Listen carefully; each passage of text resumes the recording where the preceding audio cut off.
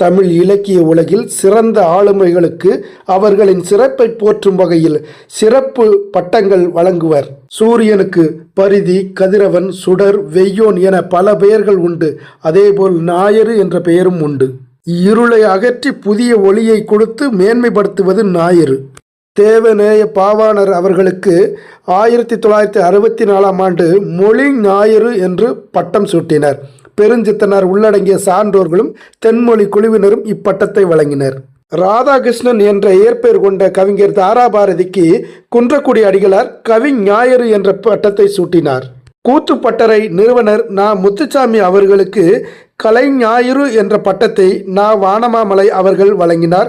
பத்மஸ்ரீ விருதினை 2012இல் பெற்றார்.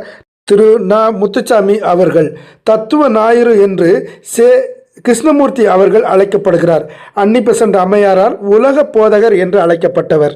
பாரதியாரின் வாழ்க்கை வரலாற்றை முதலாக எழுதியவர் வா. ராமசாமி என்றும் வா. ரா. அவர்கள்.